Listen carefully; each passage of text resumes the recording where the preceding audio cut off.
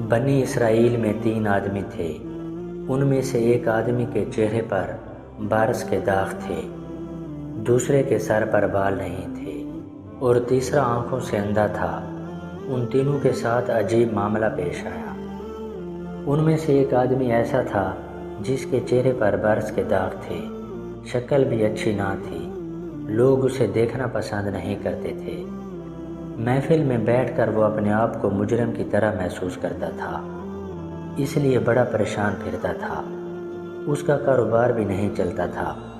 اس کے پاس ایک آدمی آیا اور آ کر اس آدمی نے کہا کہ بتاؤ کہ تمہاری کوئی پریشانی ہے؟ یہ کہنے لگا، ہاں بڑی پریشانی ہے۔ پوچھا کون سی پریشانی ہے؟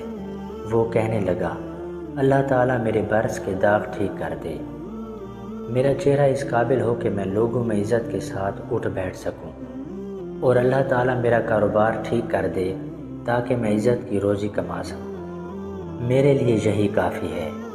چنانچہ اس آدمی نے دعا کی، اللہ تعالیٰ نے اس بندے کی برس کی بیماری کو دور کر دیا اور اسے ایک اونٹنی عطا کی۔ اونٹنی کی نسل اتنی بڑی کہ ہزاروں اونٹوں اور اونٹنیوں کا مالک بن گیا۔ اس کا شمار امیر آدمیوں میں ہونے لگا۔ پھر وہ آدمی دوسرے کے پاس گیا جس کے سر پر بال نہیں تھے۔ لوگ اس کا مذاق اڑاتے رہتے تھے اور اسے گنجا کہتے تھے۔ کاروبار بھی اچھا نہیں تھا، لہٰذا پریشان بھی رہتا تھا۔ اس آدمی نے پوچھا، سناؤ بھائی تمہارا کیا حال ہے؟ وہ کہنے لگا، بس ایک تو سر پر بال نہ ہونے کی وجہ سے پریشان ہوں اور دوسرا کاروبار نہ ہونے کی وجہ سے پریشان ہوں۔ اس آدمی نے کہا، اچھا اللہ تعالیٰ تمہارے سر پر خوبصورت بال اگا دے کہ تم دیکھنے میں خوبصورت نظر آؤ، اور اللہ تعالیٰ تمہیں اچھا کاروبار عطا کرے۔ چنانچہ اس کے سر پر خوبصورت بال اگ گئے۔ اللہ تعالیٰ نے اس کو ایک گائے عطا کی۔ گائے کی نسل اتنی بڑی کہ ہزاروں گایوں کا وہ مالک بن گیا، اور وقت کے بڑے امیر آدمیوں میں اس کا شمار ہونے لگ گیا۔ پھر وہ آدمی تیسرے کے پاس گیا اور پوچھا کہ سناؤ تمہارا کیا حال ہے؟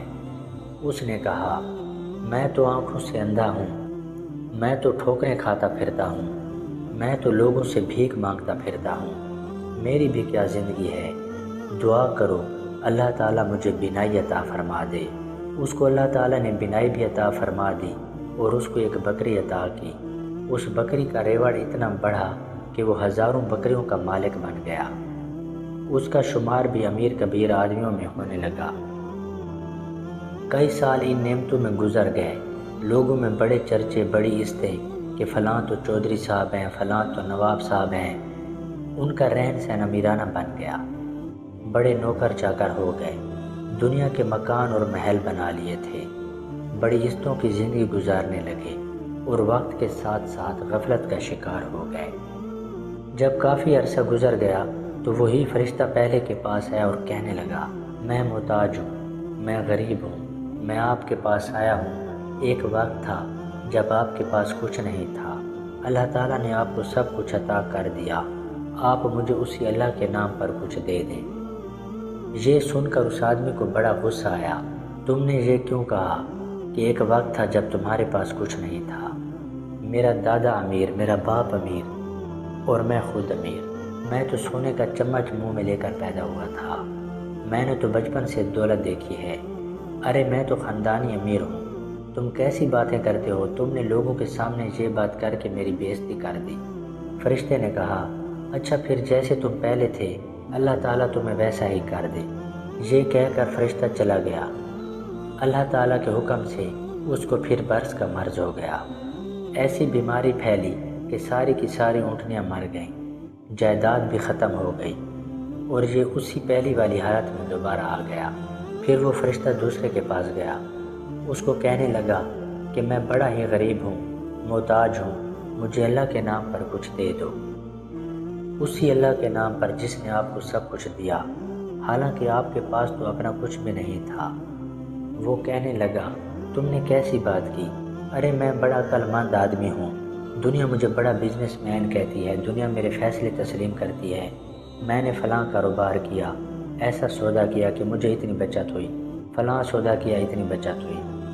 جب اس نے اس قسم کی باتیں کی تو فرشتہ کہنے لگا، اچھا جیسے تم پہلے تھے پھر اللہ تعالیٰ تمہیں ویسا ہی کر دے۔ جب اس نے بد دعا کر دی تو اس کی گائیں سب کی سب مر گئیں، جائیدادیں نقصان کا شکار ہو کر ہاتھوں سے نکل گئیں، اس کے سر کے بال بھی گر گئے، جس حالت میں پہلے تھا اسی حالت میں دوبارہ ہو گیا۔